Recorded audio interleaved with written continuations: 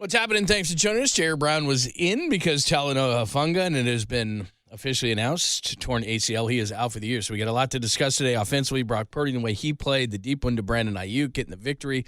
Short week against Seattle, but let's start there because David Lombardi, less than an hour ago, has got a piece on it at Lombardi himself.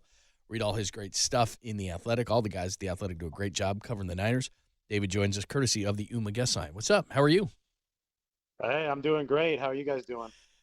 Doing good. So let's start with we'll go bad news to good news. You wrote on Talanoa Hufanga, and we just heard the highlight with Jair Brown. So, in your mind, how big of a loss is this? Well, he's an all pro. It's a big loss, but the 49ers have the deepest roster in football, and they, I think, made a very smart decision to draft a safety, and they're running the safety on kind of the two timelines track because Deshaun Gibson's 33 years old. So the plan was to have Jair Brown fill in next year as a starter for Deshaun Gibson alongside Talanoa Hufanga. But as he was developing behind the scenes, that process just got sped up, and he's going to have to play alongside Deshaun Gibson now because Hufanga is out. So, we look at Jair Brown and what he did in college. He led the nation in interceptions over the past two seasons. He's the only player in this past draft class who had 10 picks over the past two seasons. And he's got great instincts. The one knock on him coming out of the draft was his 40 time.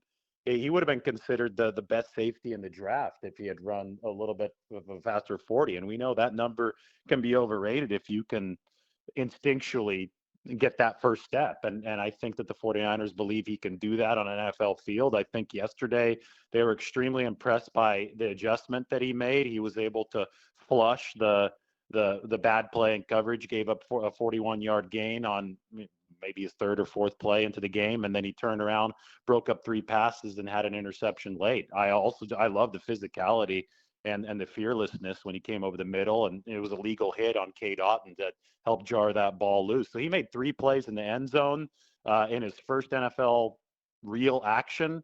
I mean, that's a hell of a debut, and it's a sign that the 49ers can absorb this loss of Talanoa Hufanga, but that doesn't minimize how big of a loss this is because Talanoa was, one of the heartbeats of this defense. And he had three interceptions already this year, coming off an all-pro year where he had four.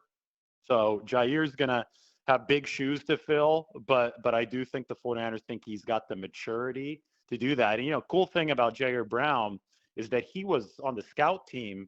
I was talking to him about this in the locker room yesterday. He was actually emulating Antoine Winfield Jr. Over the course of the week. And Antoine Winfield Jr. is one of the best safeties in football, does a whole lot for Tampa Bay's defense. So if you want to talk about Brock Purdy and the awesome performance that he had, one of the big things that they had to figure out was how do you neutralize Antoine Winfield Jr. because he didn't play against the 49ers last year for the Bucs. He was hurt. So supposedly Brown did a hell of a job emulating Winfield in practice to help get Purdy ready. And then Brown turned around and had to fill in for Hufanga and help the 49ers seal that game. So pretty cool story, I think, there for the rookie this week. So Kyle did talk to the media, Kyle Shanahan, this morning, and he did confirm the torn ACL. And as you write, it's a clean tear, no meniscus tear, which makes it easier on the recovery. When Bosa tore his, there were multiple ligaments involved, and that was a gnarly one. So just on the prognosis of Hufanga, I assume since he did it in early November, mid-November, he can come back for training camp next year with a clean tear. And then what do they do with his contract, David? He's not a first-round pick. He was a fifth-round pick. Talanoa, last year he was first-team All-Pro and a Pro Bowler. Just finished up his third year, actually 2.5 because he got hurt. What do you think this means for him as far as the redo of his contract in the offseason now? Well, yeah, so he was one of those players who is going to be eligible for a new deal following his third year. And I would think this probably puts that on hold.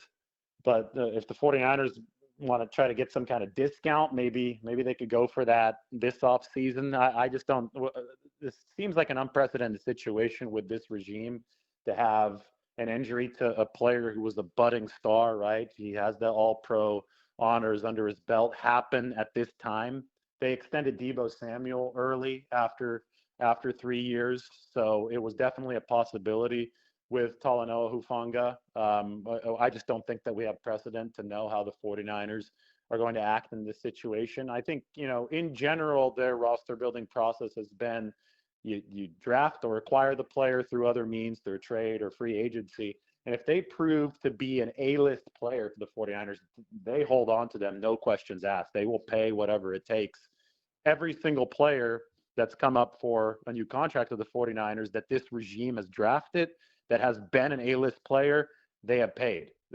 People say, well, what about DeForest Buckner? He wasn't drafted by this regime. DeForest Buckner entered the league in 2016 before Lynch and Shanahan were there. So obviously the huge looming question is going to be Brandon Ayuk, who I'm sure we'll talk about because I think he has really started to put a stranglehold on that A-list status. But I think Talanoa Hufanga has still been working toward that. And unfortunately, right now, he gets hurt, so it kind of stalls his ability to prove that. And Kyle Shanahan today said, I thought he went through a bit of a lull during the losing streak, but I thought that he really turned it on against Jacksonville. And I think Shanahan thought that the rest of this season was going to be that type of proving grounds for Talanoa Hufanga. But now he's going to have to wait till next year. Now, I will say the good news here, like the silver lining, is that Talanoa, and this is amazing to me, he's only 23 years old. He's about to enter his fourth year in the league, and he's only 23 right now. So he's on the younger end of the spectrum, which is really good news when you're dealing with a major injury, because the chances of coming back 100%, maybe even better than he was before now with the surgical technology for ACL tears are much higher when the player. And again, announced this morning, if you missed it, Talanoa Hufanga, he's out for the year. He's got that ACL tear, and as you said, he could be eligible to get a new contract. By the way, 71 defensive snaps. Brown played 36, Hufanga 35, so they basically split him after that injury. Let's flip over to the story everybody's talking about, which is Brock Purdy. And I want to get into a number of different throws in the deep one to Ayuk and all the great things he's doing. And you read a lot of great stuff about him, a lot of great notes as well on social media. But the thing that I'm noticing about him, maybe that he does best, I think he's the king of like that middle layered throw that is floated right over the linebacker. That's not an easy throw and can be a dangerous throw. It can easily get tipped or something like that. But he has mastered that throw, and specifically he did it to Debo yesterday. He hit Ayuk with one. But, I mean, that is a tough throw, and he has mastered that maybe as well as any throw that he does. It's a tough throw, and it's the most important throw to make in the NFL right now. Hands down. The league has shifted and realized that, both offensive and defensive minds have realized that the middle of the field, especially the intermediate portion of the field, is the most efficient area of the field to throw to. And that's for several reasons. But one of the reasons is that the sideline is not a defender there, so it's open for yards after the catch. And in an era of poor tackling, you don't want to add an automatic tackler, the sideline, into the equation. So you try to attack the middle of the field to set up that yak. Defensive coordinators know this too, so they're trying to do everything they can to take away the middle of the field. So it's taking an unprecedented level of accuracy to be able to attack the middle of the field when you have linebackers who are so good in coverage, dropping back, and then that throw has to get over them and has to land in front of the safety. And that's exactly what Brock Purdy's doing. And I think that some of the lack of appreciation for how good Brock Purdy has been is because a lot of people who watch on TV, it's hard to see from that TV angle how good those throws are. But when you're there in person, or if you watch the tape, the all 22, you will see that he is layering that football over the linebacker in front of the safety, and he's doing it with nearly automatic precision. Brock Purdy's averaging about 13 yards per attempt on those intermediate throws, 10 to 20 yards downfield. That is the highest number in NFL history on record, and they've been tracking this for 25 to 30 years. So I think it's safe to say this is the highest number ever, because we know that the rules for the passing game have become more friendly over time. So I'd highly doubt that somebody in the 70s or 80s was throwing at 13 yards per attempt on those throws, but he has been an absolute machine. Last week he said he wants to play like a surgeon. That's exactly what he's doing on those intermediate throws. And the one to look up would be Kurt Warner in his MVP year, and how the St. Louis Rams, the greatest show on turf, just lived on those deep digs. And we had Mike Martz on, and most teams run those digs at 18 yards. They instructed their guys to get into the 20s, 24 yards, because corners begin to sense the route's going to settle and the dig's going to come. And if you continue it on, you get behind there. And so Warner would be the one guy. Brock had an amazing throw on that deep dig in Jacksonville, and he had a couple yesterday. Dante Whitner broke it down on the whiteboard, the Whitner's whiteboard. Dante's flying today, so we're not going to get him on. We'll get him on hopefully later in the week, maybe tomorrow. But Dante did a great job of where he's putting the ball. It's not just enough to hit the receiver, but he hit him right on top of the helmet where you can yak right after you catch the ball. And he did one to Debo early in the game on the crosser. And then, Ayuk loves to run the deep digs, Kittle over the middle. It's just over and over again. So you're so good with the numbers, you know the game so well. And, not just the salary cap numbers, but all the numbers. So yesterday he has the 158.3 quarterback rating. That's the highest you can possibly have. And when you look at his QB, the quarterback rating, not QBR, but QB rating the last two games, Jacksonville in this game, over 157, the highest in a two-game streak in the history of the NFL. And they've been tracking this with the QB rating going back to 1950. The completion percentage, number one in the NFL at 70.2%. It's not just completing the ball, but as we say, as Bill Walsh would say, half a hand. You got to hit guys in stride so they can yak. So he's taken the completion percentage to another level. So just if you can, the difference between QB rating, and his is the highest in the league, and you're always tracking that versus Mahomes and others, David, 115.1. And then QBR, he's also number one in the NFL at 77.1. What's the difference between the two, and which metric for quarterback analysis do you like better? Well, QBR is going to be more sophisticated. QB rating is only going to take into account completions, attempts, interceptions, and touchdown passes, and yards, so yards per attempt. But QBR is going to factor in, it's a proprietary formula. I think ESPN developed it. So we don't know exactly how the numbers work, but we know what goes into it.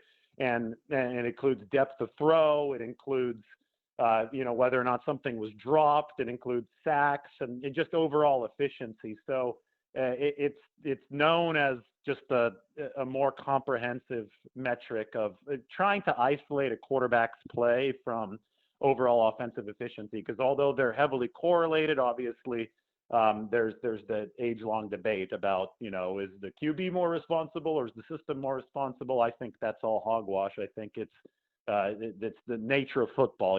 Every quarterback is operating within a system with teammates. So anyway, QBR and quarterback rating, Brock Purdy is number one in both of them. And I think QBR, you could just say it's a little bit more microscopic. You're taking a deeper look under the hood of the statistics. I also like to look at expected points and DVOA. Those are measures of offensive efficiency with a given quarterback at the helm. And Brock Purdy has a lead over the rest of the field that is bigger than I've ever seen before right now. His efficiency right now within the context of this 49ers offense is absolutely special. I mean, it's Purdy and then it's Dak Prescott and Patrick Mahomes, but those two guys are way, way behind him. So you can have all the debates that you want, but the truth is that Brock Purdy is executing this offense at a much, much higher level than any other quarterback is executing his offense in the NFL. And at the end of the day, that's the goal, right? That's all that really matters. David Lombardi's doing this great stuff. It's Pop and Lund here on the Sports Center, recapping Brock Purdy in the win 27-14 over Tampa. As you're saying that too, the other things that pop into mind is I'm looking at Tampa, and it's not that Baker Mayfield's not any good. It's just a bunch of dink and dunk and quick hitters, and they averaged 5.5, or he averaged 5.5 yards per attempt. And then you look at what the 49ers are doing as far as the receivers. Now, I know a lot of this is yak yardage. I don't know if people realize this. Brandon Ayuk is at 19.3 yards per catch. In this day and age, if you average 20 yards per catch, the way that the pass game is going, that's remarkable. And then you look at tight ends. George Kittle's number one at 15.1. Deebo Samuel's at 14.6. It's 25 in the league. No other teams have three guys in the top 25 in yards per catch. But back to Ayuk for a second. And Noah Brown's number one. He's got half as many catches, so he's only got 20. But for Brandon Ayuk to do the things he's doing, and obviously he's got a contract coming up, but he runs routes well. That was a hell of a throw by Brock down that sideline, but a great route as well. He blocks. I mean, he does everything. Pro Football Focus has him number 3. The kind of contract he's going to get, he is just exploding.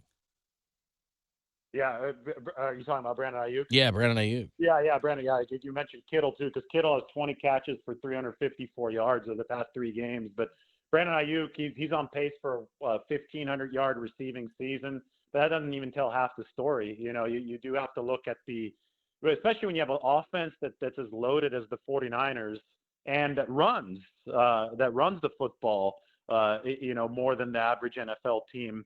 I think to fairly grade a receiver, you have to look at his efficiency per route run. You can't just look at it in terms of raw efficiency. And when you look at that yards per route run number, Tyreek Hill leads the NFL, and he's got a number I never seen before, over 4 yards per route run. That's insane to me.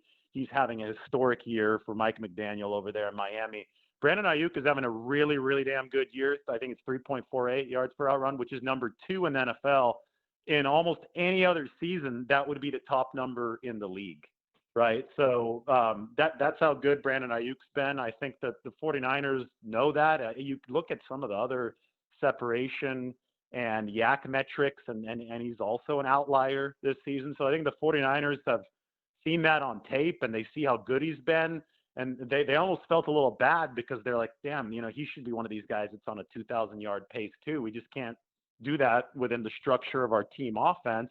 So they were really happy when he got that 76-yarder yesterday. I think Brock Purdy had a really pointed comment. He said, we really wanted Brandon Ayuk to get that deep pass just so he'd get a little bit more recognition. Then I'm standing in the locker room, and the media walks over to Brandon Ayuk, and George Odom, the safety, walks by the gaggle of media and just shouts out, "That's a $20 million a year player." And then Trent Williams walks by and goes, "No, that's a $25 million a year player." So, and that's the right now, that's the elephant in the room, right? Because this guy's at the top of the receiving metrics, and he's due for the contract this offseason. And everybody's wondering how the 49ers are going to pay him. And I'll tell you what, they found out a way to do it for the other players, and I think that Brandon Ayuk is in that same ballpark now of productivity.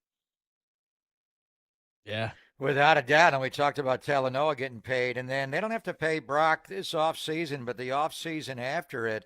So just in synopsis, because John and I were debating this earlier, and you went through, all the metrics, and you don't have a vote. It is strictly a Associated Press award. But if you had a vote right now, David, it sounds like in a landslide, you would vote Brock Purdy as the NFL MVP. Yes, and I think in any objective world, that's the case. I don't understand how. I mean, if you put Patrick Mahomes with the same numbers and the same productivity, nobody would vote otherwise, right? It would be Patrick Mahomes. It's just we have to be rational about this. The quarterback is the most important position just by the fundamental nature of football. And the 49ers quarterback right now, Brock Purdy, is delivering head and shoulders above every other QB in the league. He's not the only guy with weapons. And I will say that he's also doing this behind an offensive line that objectively has been below average in pass protection. So the whole idea that everything is just perfectly set up for him is just unequivocally false. I think across the pass protection metrics, they rank number 22, number 23.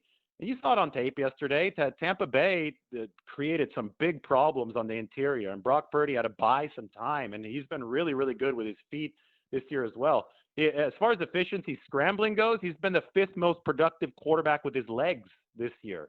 So at some point, people just need to let go of their preconceived biases and just look at the truth. Just look at what is this guy producing? And by every single number, every single metric, every single analysis of tape, and you talk to NFL quarterback, talk to Kurt Warner. Kurt Warner's saying the same thing.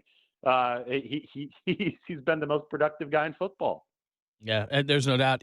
What you just mentioned there at the end, I think that's his biggest improvement because last year he would tend to leak out left, and this year he is so calm and cool in the pocket and moving up. I remember yesterday when he hit Debo on the crosser when he does not get panicked in the pocket. I don't know that it's Brady-esque, and I'm not saying he's Brady, but I'm saying as far as his cool calmness and movement in the pocket, subtle movement in the pocket, it's about as good as it gets, and I think it's vastly improved from a year ago.